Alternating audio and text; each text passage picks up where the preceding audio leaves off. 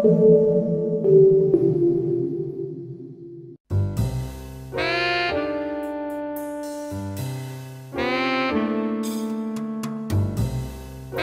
everyone, GlacialWolf present.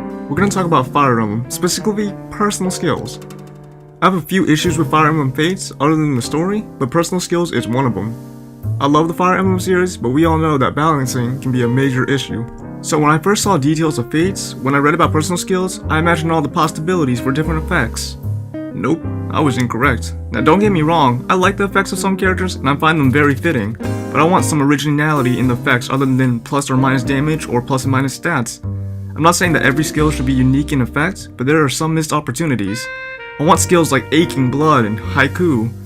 I want skills that really speak the character but also give effects that are good. Anyways, before I start, relax, enjoy, and stay chill.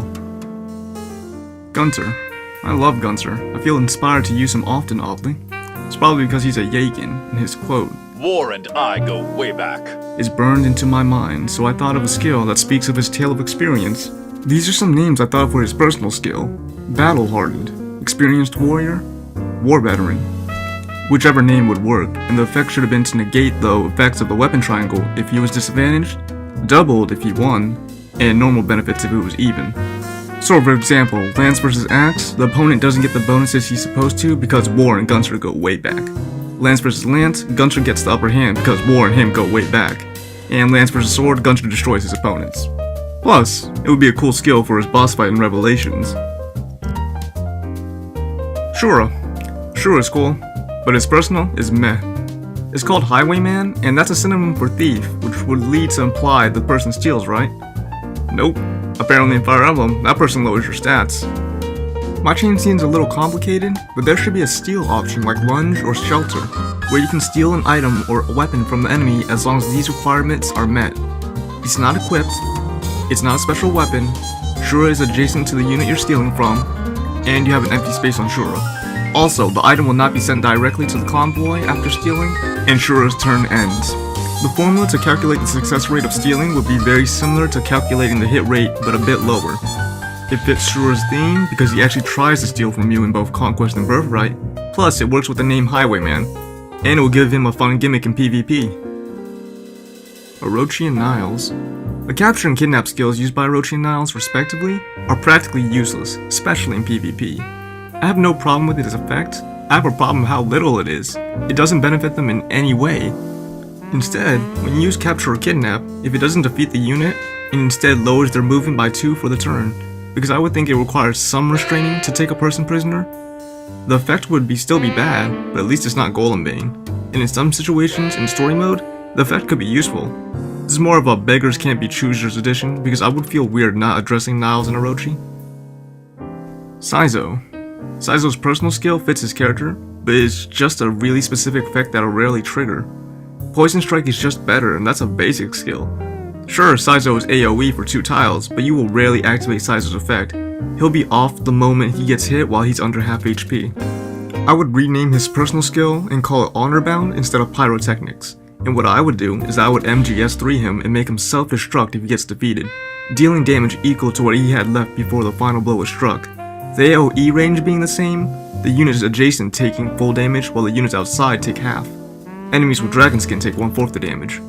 Now before you call it unbalanced, the fact is that the effect would be exactly like Poison Strike and Grisly Wound, in the sense that it can't kill the opposing units, but leave them at 1 HP.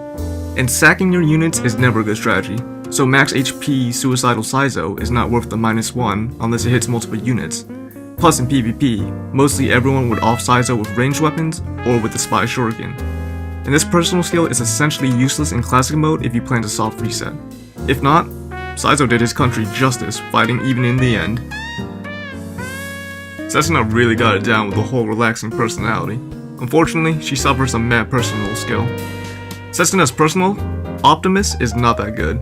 Most units' HP by the end of any version of Fates is around 30 to 50, and with the gluttonous amounts of healing skills, you'll rarely ever be in a situation where you think, didn't heal enough. And Setsuna doesn't naturally have high HP and defense. She's an archer, you would usually position her wisely too. I'm gonna name her personal Unaware or Oblivious. Her character involves traps. Tons and tons of traps. She always seems fine and apathetic after being caught by traps. Make her immune to traps, immune to the effects and damage of traps. Traps include caltrops, poison tiles, etc. Or maybe I should be generous and just make her immune to any negative terrain effects in general. It's not Fujin Yumi where she can walk on mountains, just her movement won't be detracted in forests or deserts. But if that's too strong, make her immune to stat debuffs. Like I feel Setsuna would never notice it, she's that carefree. Like she has 3 arrows in her chest, a dagger in her foot, and she's like, oh man, I got hit. Perry. Perry's personal, Bloodthirst. Keep the name, change the effect. It's okay if she has Gale Force or Azura sings her, but I would turn it into a type of Taker skill. Kill one unit, get +1 in strength, resistance, skill, and speed. Up to a max of 4. Nice and simple, a middle ground between overpowered and mediocre. This is irrelevant, but totally should have been a buddy support with her and Reina. Percy. I get that his shtick is that he wants to be like his father, but he's the complete inverse luck-wise. His personal shows that. But Midori's personal just seems much more appropriate to Percy. I don't know, this is just a minor oddity to me. His personal is fine if Midori's personal didn't stick out. I would change that, but that's just me. Fuga's Wind Disciple. It's okay, kinda no effort in that one. Fuga deserves more. Fuga gives off the vibe that he's canonically just as strong as Ryoma Alexander, if not stronger. Plus, he was friends with Sumeragi. He really gives off the vibe that he is the master of arms, the best of the best with every weapon. Even his ending leads to imply that he's extremely strong. So I would make his personal called Battleborn or Stalwart Warrior, Weapon Master, something like that. And his personal skill would increase his maximum weapon rank cap by 1 letter. So if he was a fully maxed out Master of Arms, instead of his weapon rank being ABB, it would be SAA. If he's a Sword Master, let's go back to Radiant Dawn and make him SS rank. We'll give the advantages gained from the weapon rank bonuses. If you didn't know, Swords and Fates give these bonuses depending on the character's rank. So SS, I would assume, would give attack +5, hit rate +10. Finally, let's end it off with Dwyer. I really like his effect, but he's a butler, so he shouldn't get the bonuses. Instead, the unit he's supporting gets the bonuses, as long as the unit he's supporting is a natural royal unit. So that means no First Blood DLC. Maybe nerf the Avoid a little so Ryoma doesn't get too crazy. And that's a wrap. There's a lot more I could change, but I'm satisfied for now. I think the most normal looking skill in this list is Perry's. Are my ideas good or ridiculous? Anything you thought of for a cool personal skill? That's what the comment section's for. Really appreciate you watching and see you next time. Remember, stay chill.